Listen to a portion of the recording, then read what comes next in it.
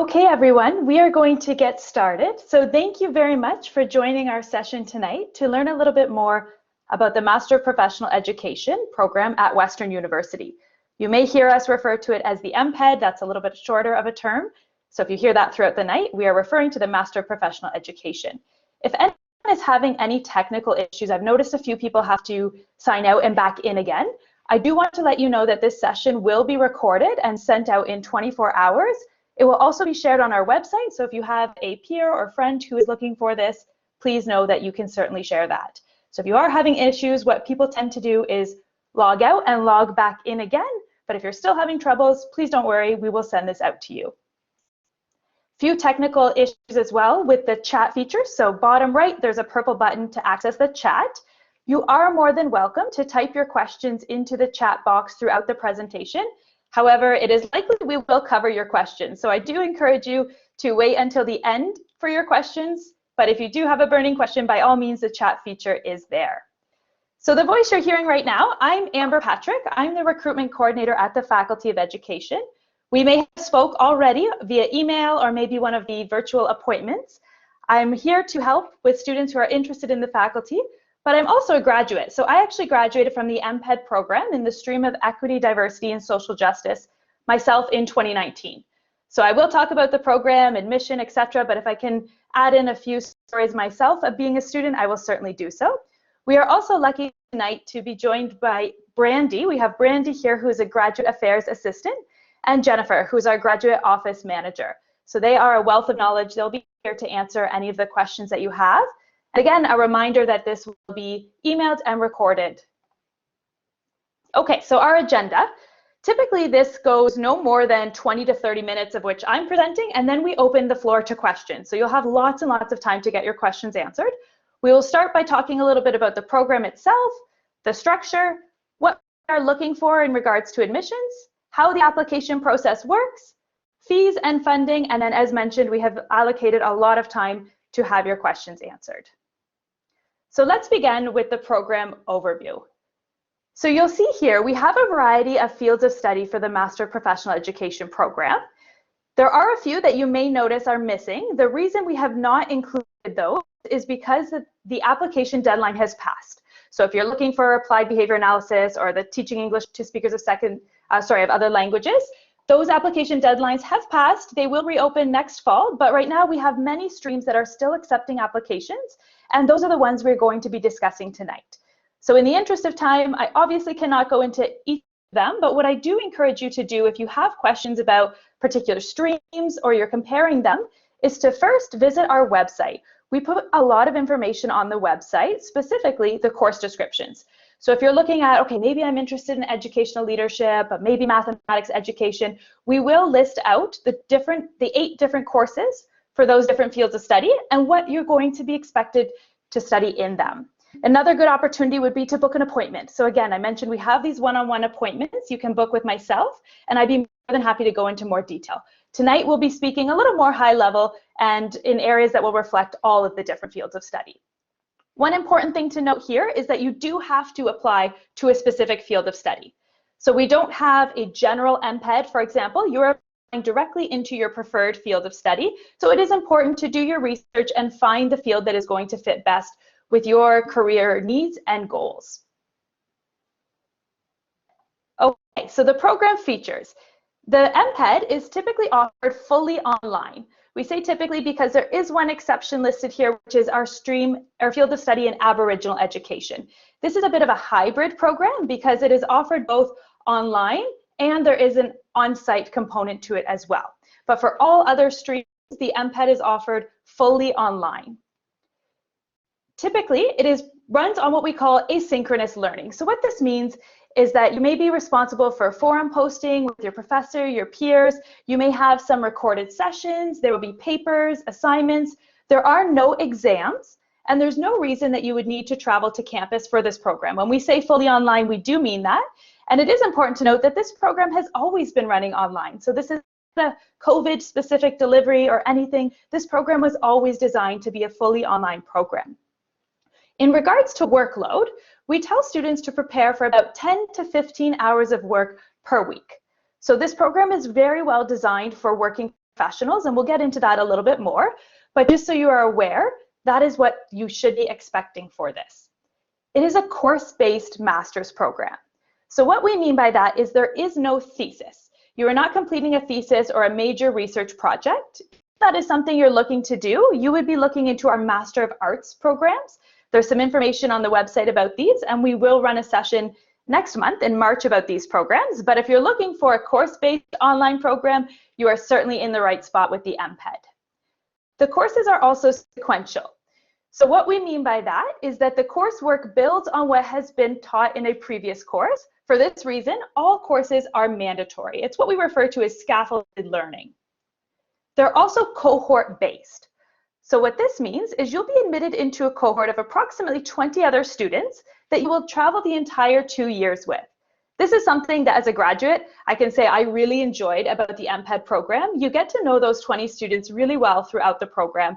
And not only is it nice to create that professional learning community, but it's also a really great networking opportunity because depending on the field of study that you're in, likely it relates to your career. So if you're looking for those networking opportunities for maybe career growth and even just bouncing professional ideas off of, the cohort really allows for that community to be developed. Now I mentioned that it's suited for working professionals. So absolutely. A lot of times we get the question, why does it have the word professional in it? So Master's of Professional Education. Is that the same as a Master's of Education? Essentially, yes. It's the same because they're both accredited master's degrees in the field of education. We use the word professional for a few different reasons. First, to note that this is a fully online program. So again, you can maintain your employment. You don't have to worry about that. And secondly, because your profession is going to be infused in the coursework. So within those forums, you're doing these reflective forum postings, you're sharing ideas with your peers, etc. The idea is that you are going to be able to relate your profession and build upon the theories that you're learning and really relate that to practice. So we do encourage our students, again, looking at the field of study that relates to your profession and your career growth, because that is an important part of the program. Okay, so this slide just covers some common questions. So it is a 2-year program. There is one exception to this, but again, that's for TESOL, which is no longer open. So for the streams we're talking about tonight, it is a 2-year program. The program starts in September. There is one exception to this, which is Aboriginal education. That one does start in the summer, but all other programs will begin in September. As mentioned, it is delivered online. It is not research intensive. Instead, it is professionally focused. And again, you're not going to be completing a thesis. So if you're thinking of doing a thesis-based program, this may not be the best fit, but instead what we do in lieu of a thesis is a capstone. So it's capstone focused. We'll go into this a little bit more when we talk about the timeline. And the ability to maintain full-time employment, hopefully you've gathered from now, yes, that is absolutely possible. Okay, so the timeline. We've illustrated it out here for you. How this works is it's 8 courses. So it is a 2-year program. 8 courses in total, and you're completing 1 course at a time. So again, that's what helps make it so manageable, is you will have 1 professor. So if you did have any extenuating circumstances or anything like that, you're working away at 1 course with 1 professor at a time.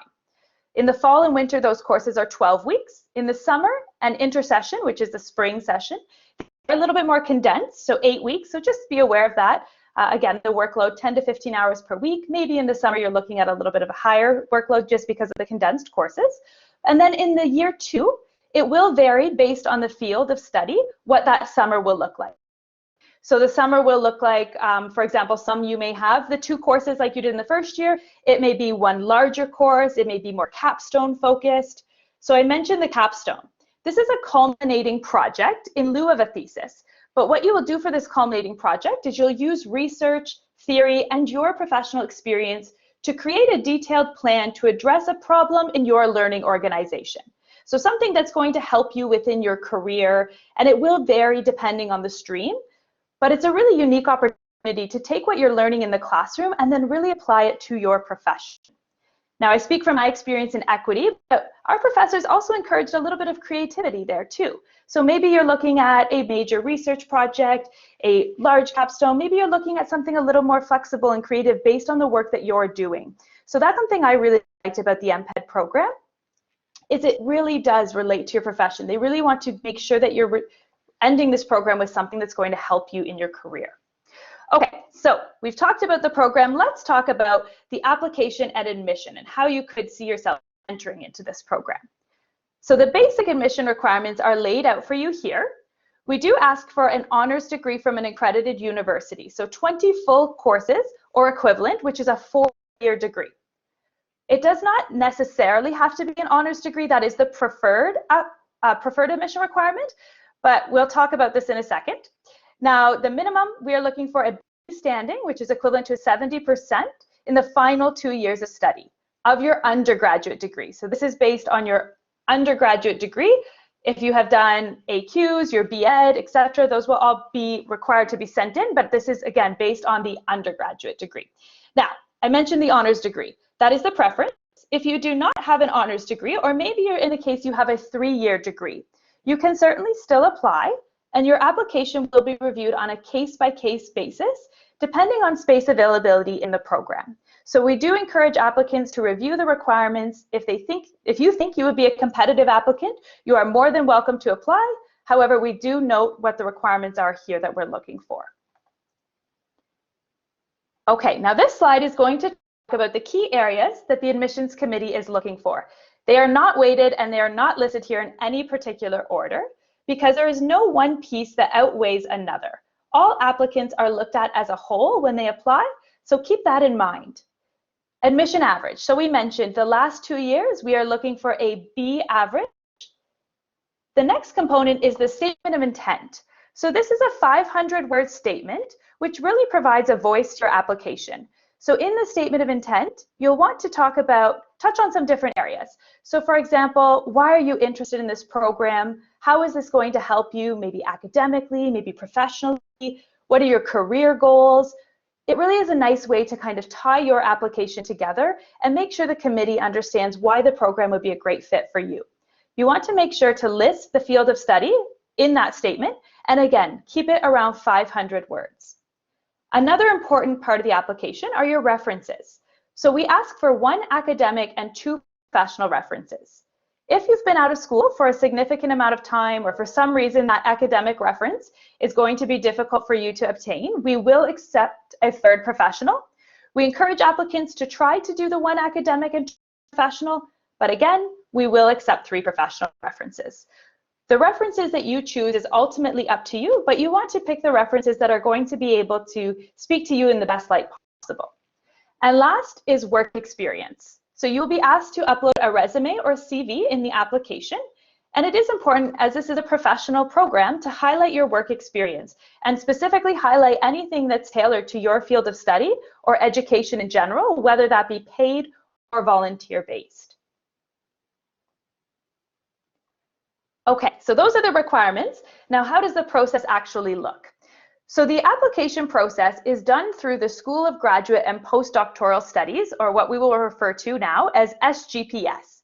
This slideshow will be emailed out, and at the bottom, the links are all active, so you'll have access to where to find this on the website. We have a really nice website where we have laid out the steps in how to apply, and it does go through all different steps in the documents, so you'll want to make sure that you're reviewing that section.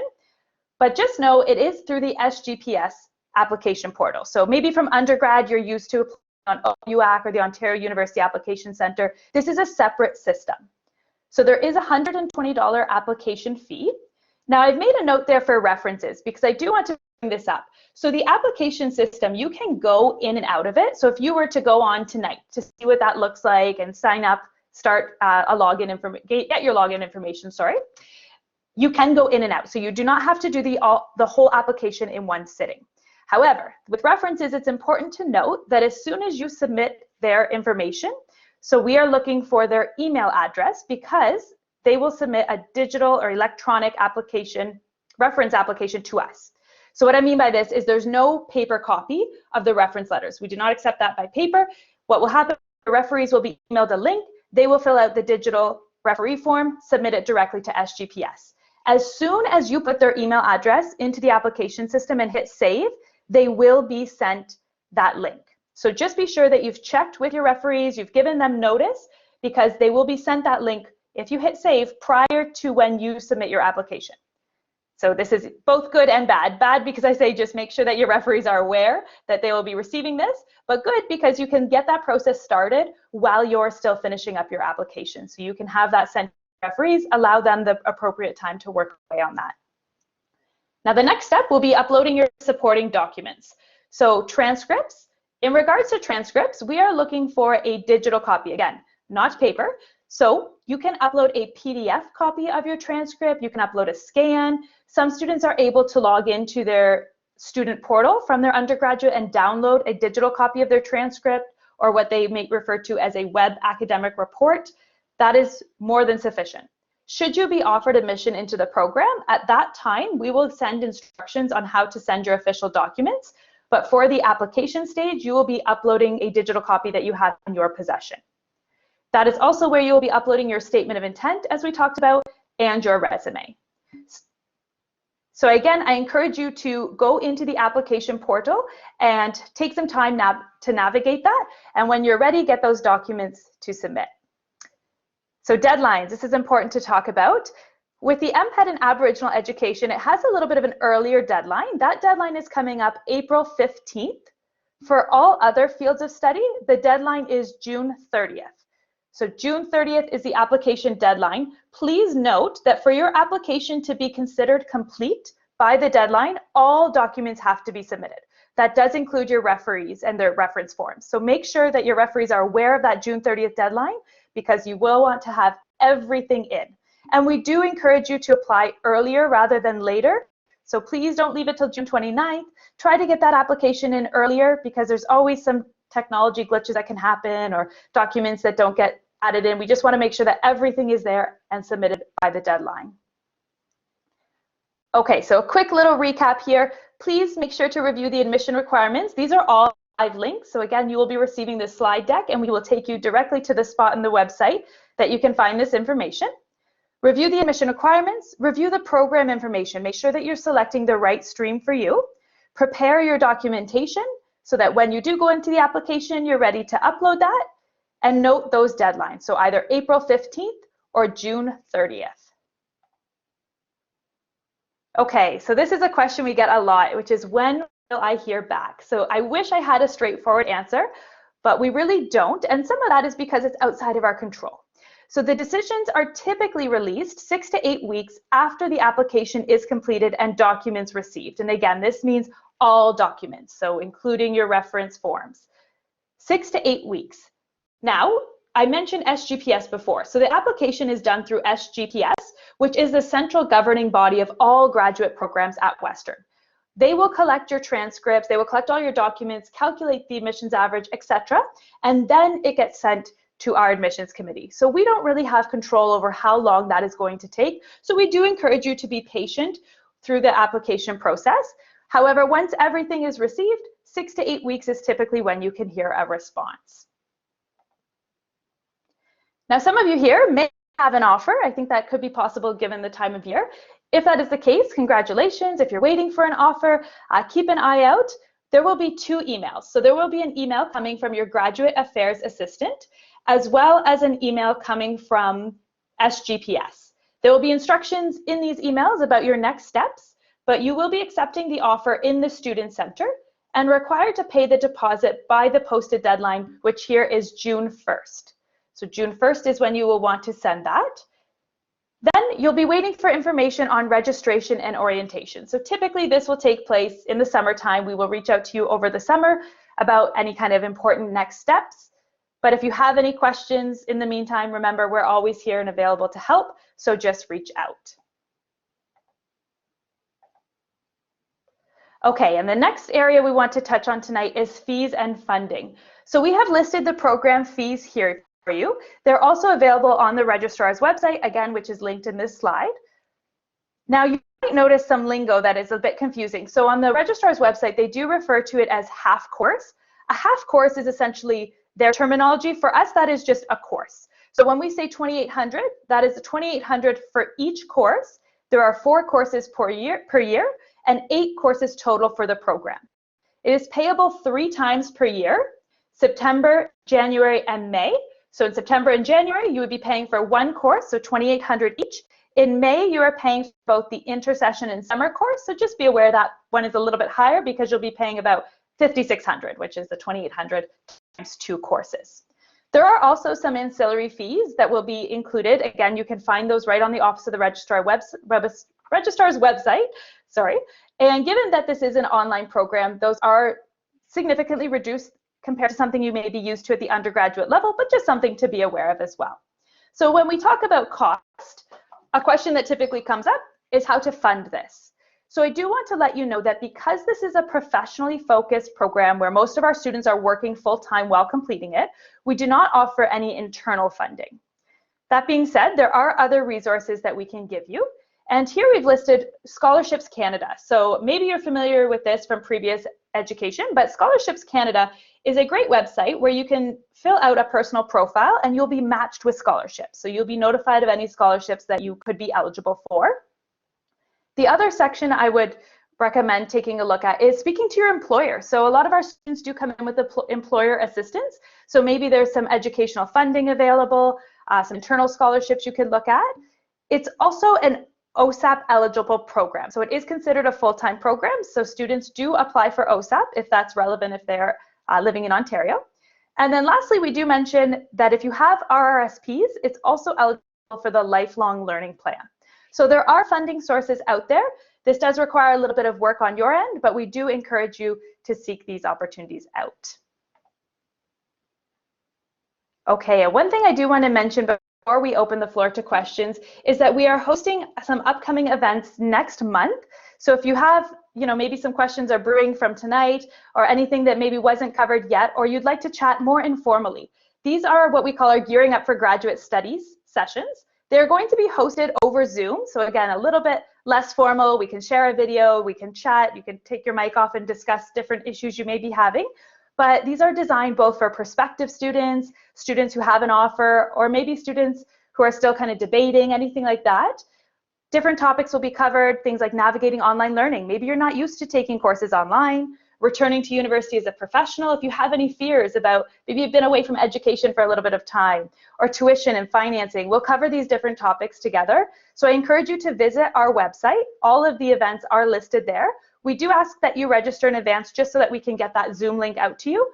But they're only 30-minute sessions, and really it's just to give you more of an opportunity to connect with the Faculty of Education to make sure that you are making an informed decision. Okay, now, one last thing I want to mention too are those one-on-one appointment meetings. So if there is anything you'd like to discuss more on an individual basis, on our website you have the opportunity to book an appointment. I will be over Zoom. It will probably be with me, and I'm more than happy to discuss any questions you may have. Another option we have is just via email. So edrecruit@uwo.ca is our email address. If you have any questions or anything you'd like to discuss further, please be sure to reach out via email and we'd be more than happy to help you. That covers the formal part of the presentation. I'm going to open the floor to questions now. We don't have the hand feature, so I don't know if anyone's been testing that, but that will not work, putting up the hand. We have the chat feature, so if you type your question into the chat, I know that Jen and Brandy have been great at already addressing a lot of questions in there, but I'm going to open the chat up, so please. If there's any questions, please let us know. And again, a reminder, this will be recorded if anyone does need to jump out.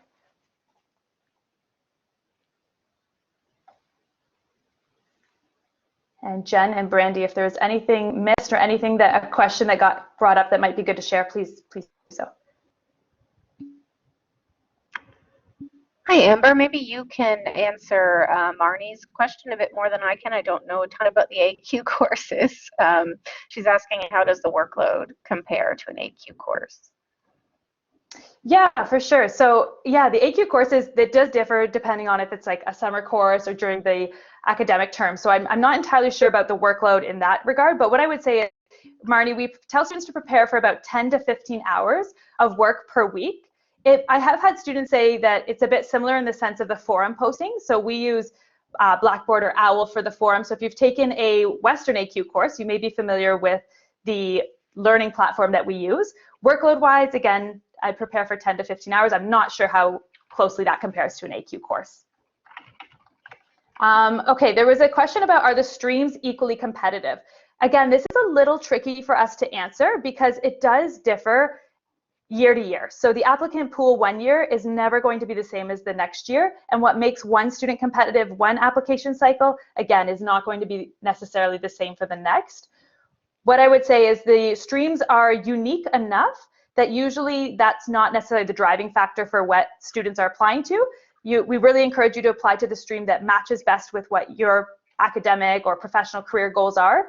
But yeah, I don't know, Jen, if you'd add anything else to that, but I think each is competitive in their own fashion, and yeah, we just encourage you to apply to the one that fits best. A question about common career paths. This is, again, a little tricky for us to answer because everyone comes in kind of at a different stage of their career already. So if I can speak a little bit more anecdotally from my experience in the MPEd program, again, I was in the equity stream, so it's a bit different for each of them, but common career paths. So there were a good chunk of students who are OCT practicing teachers, or maybe outside of Ontario as well, but practicing teachers who are taking this program both to help them professionally, maybe to help them move up in their careers. It's also, again, with equity, it was popular with higher education staff members, so those working at colleges, universities. We also had some people in nonprofit, in government roles, so it really depends. There were also groups of students who had recently graduated maybe within the last 5 years, but also students who were 20 years into their career. So again, that's why even when we talk about the admission and application, really focus on your own application, because students are not necessarily compared, you know, against each other. You're looked at as a whole. You're really looked at as a whole. So common career paths, for that reason, tricky to answer. What I would say is you have that networking opportunity within your cohort. We have amazing faculty at the Faculty of Education as well. So if you have any career goals, the faculty are there to kind of, you know, advise, help, give their perspective on different areas too. But yeah, career paths will differ depending, again, are you a practicing teacher? Are you in higher ed, etc. How many people are accepted into a stream? So the cohorts are typically around 20 students in a stream. Yeah, 20 to 25, perfect. That's what we said. And then, oh, sorry, I will add, Jen did mention in there for MPEd Equity, it's about 45 to 50 this year. So just something to be aware of for those of you. Also reading these out because we will be recording this, so it helps some students who may have similar questions.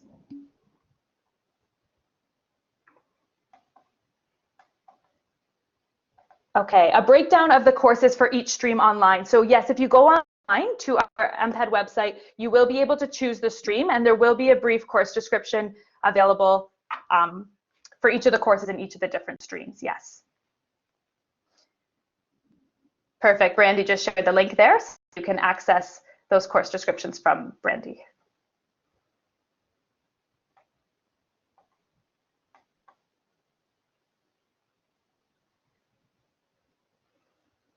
Okay, does anyone have any other questions? Please feel free to type them in the chat box so that we can assist you tonight. Okay, so Kevin asked, how does the admissions committee look at people with multiple undergraduate degrees? So the Bachelor of Education degree, important to note that this will not be used in the average calculation. So if you're referring to a BEd plus the degree you completed before that, just be aware it will not be based on your BEd. The last 2 years that we will be looking at will be the last 2 years of your undergraduate study. If it's 2 undergraduate degrees and one is not BEd, I'm sure, Jen, would you have any advice on that? Yeah, okay. I mean, the committee's taking a look at your application as a whole. So, I mean, if you have multiple undergraduate degrees, that's probably a good thing. Not a lot of people do. So just list it all. I can't say exactly, you know, what they would consider differently. If anything, they would probably just be impressed that you've got more than one undergraduate degree. Perfect.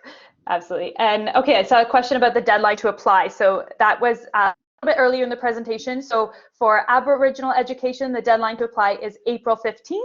For all other streams, the deadline to apply is June 30th. So that's June 30th of this year to start in September of this year. Now, it is important to note that admission is on a rolling basis. So again, we do encourage you to apply early rather than waiting till the end of June, but that is the formal deadline. And Amber, I'll just mention, because we have some ABA interest here, ABA is already closed for the year, but there's some people in line about 2022. So usually that deadline is very, very early in February, just for your reference. So our applications for next year will open in October. So you want to get that in as soon as possible. ABA is a very competitive program. Perfect. Do you want to address Sarah's question, Jen? I'm just looking. So if you evaluate applications as they come in, you find your 20 candidates before June, will it close? Not necessarily, Sarah. It depends which MPEd you're talking about. But for example, our equity MPEd, we're actually running 2 groups of that this year because we have such interest in it. So if we were to receive a lot of applications of qualified candidates, we would consider opening a second section. And we do go above 20. So our maximum is 25. So if we have a cohort of 22 or 23, we will run with a cohort of 22 or 23. Okay.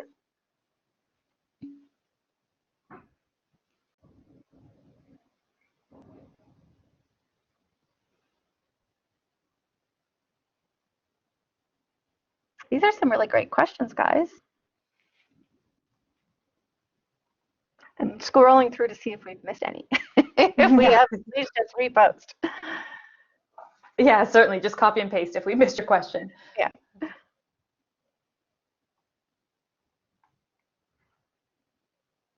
And I see that there's some interest in our international education MPEd, and I think there's 2 people at least online. So as soon as we know, guys, we will certainly be letting people know if it's running for this fall. So I would just suggest send edrecruit@uwo.ca an email, maybe in April, and hopefully we'll have updates for you. But also if you just use that same email to send Amber your contact information, she'll put you on a list to make sure that as soon as we know what's happening with that program, we can inform you of that.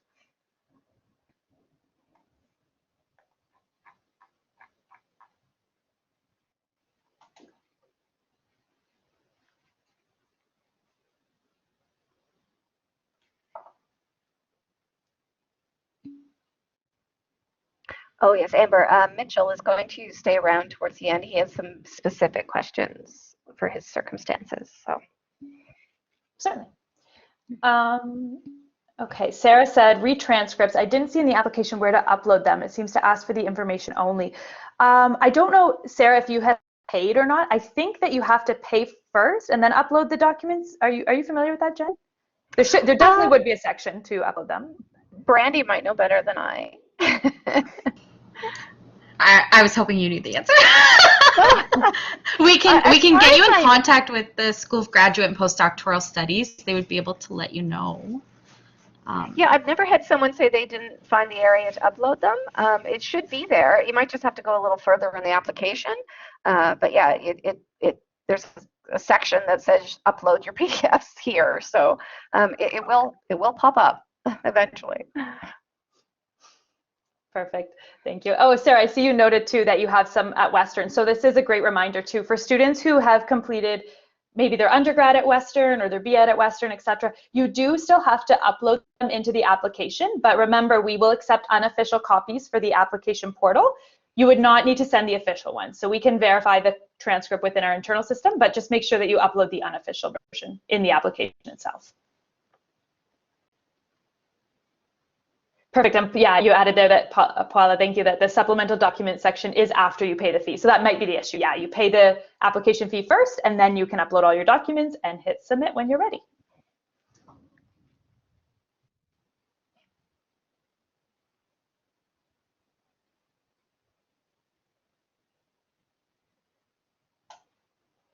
Okay, so you're more than welcome to stay on if you have any questions, but I know that it is getting into your evening. So for those of you that are still here and maybe don't have any questions, I think this will formally wrap up the webinar. Again, feel free to stay on to talk a little more if you have anything. Otherwise, again, I do encourage you, email us if any questions come up. That's edrecruit@uwo.ca. Feel free to book a one-on-one meeting or certainly register for any of those sessions in March. So we will have some drop-in Zoom sessions in March. If someone here is interested in maybe comparing this program to the Master of Arts, we will also have that Master of Arts information session in March. thank you very much for attending, and I hope that this allowed you to learn a little bit more about the MPEd program. And again, if I can just do a plug as I really enjoyed my experience here. I really did learn a lot from the program. Great faculty, great peer-to-peer learning. So I encourage you to continue learning a bit more about this program. Have a great evening, everyone.